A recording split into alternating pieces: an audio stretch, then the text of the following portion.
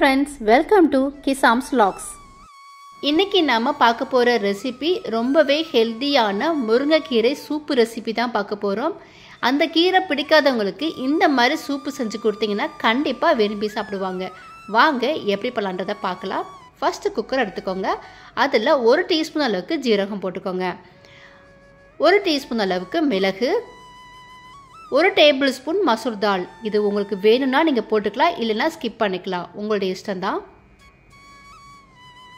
ஒரு 4 பெரிய பூண்டு பல், ஒரு 4 பச்சை மிளகாவை 2ஆக உடைச்சி போட்டிருக்கேன்.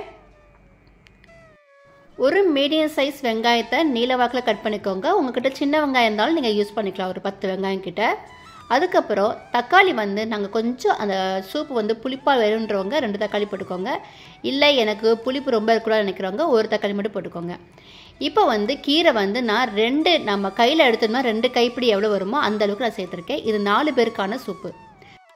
அடுத்ததாக 1/2 டீஸ்பூன் மஞ்சள் தூள், 1 டீஸ்பூன் உப்பு, 1 லிட்டர் அளவுக்கு தண்ணி ஊற்றிக்கோங்க. இன்றைக்கி நம்ம 4 பேருக்கு அளவு தான் செய்ய போகிறோம், அதனால 1 லிட்டர் தண்ணி கரெக்டாக இருக்கும். இப்போ இதை எல்லாத்தையும் நல்லா மிக்ஸ் பண்ணிக்கோங்க. மிக்ஸ் பண்ணிவிட்டு ஒரு 4 விசில் விட்டிங்கன்னா கீரை, நம்ம போட்டிருக்க பூண்டு, பச்சை மிளகாய் எல்லாமே நல்லா வெந்து வந்துடும்.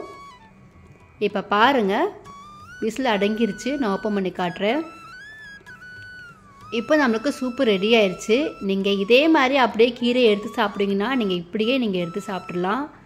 மேலே நீங்கள் மல்லி இலை மட்டும் நீங்கள் தூவி அப்படியே சாப்பிட்றலாம். இல்லை நம்மளுக்கு அந்த கீரை இருக்கிறது பிடிக்கல அப்படின்னு நினச்சவங்க இது எல்லாத்தையும் நல்லா ஃபில்டர் பண்ணிவிட்டு அதுக்கப்புறம் அதை மிக்சியில் அரைச்சிட்டு திரும்ப இந்த சூப்பு தண்ணியிலையே நம்ம அதை மிக்ஸ் பண்ணணுங்க. இந்த மாதிரி பண்ணிங்கன்னா வாயில் எதுவுமே படாதா, வெங்காயம் தக்காளி எதுவுமே படாதனால பசங்க நல்லா விரும்பி சாப்பிடுவாங்க. கண்டிப்பாக இந்த மாதிரி நீங்கள் ட்ரை பண்ணி பாருங்கள். இப்போது இதை நல்லா மிக்ஸ் பண்ணியாச்சு. இதை நம்ம மறுபடியும் கொதிக்க வைக்க போகிறோம். ஏன்னா நல்லா ஆற வச்சதுக்கப்புறம் தான் மிக்சியில் அரைச்சிருப்போம் இல்லையா, அதனால் திரும்ப நல்லா கொதிக்க வச்சுட்டு அதில் கடைசியாக கொத்தமல்லி தழை தூவி நம்ம அப்படியே சர்வ் பண்ணிடலாங்க. சூப்பரான ரொம்பவும் ஹெல்த்தியான முருங்கைக்கீரை சூப்பு ரெடி ஆயிடுச்சு. கண்டிப்பாக ட்ரை பண்ணி பாருங்கள். ட்ரை பண்ணி பார்த்துட்டு உங்களுடைய கமெண்ட்ஸை சொல்லுங்கள். அப்படியே எங்களுடைய கிசாம் சேனலையும் சப்போர்ட் பண்ணுங்கள். லைக் பண்ணுங்கள், ஷேர் பண்ணுங்கள், சப்ஸ்கிரைப் பண்ணுங்கள். மறக்காமல் அந்த பெல் ஐக்கானையும் கிளிக் பண்ணிடுங்க. அப்போ தான் நான் போடுற எல்லா வீடியோவும் உங்களுக்கு உடனடியாக சேரும். தேங்க்ஸ் ஃபார் வாட்சிங்.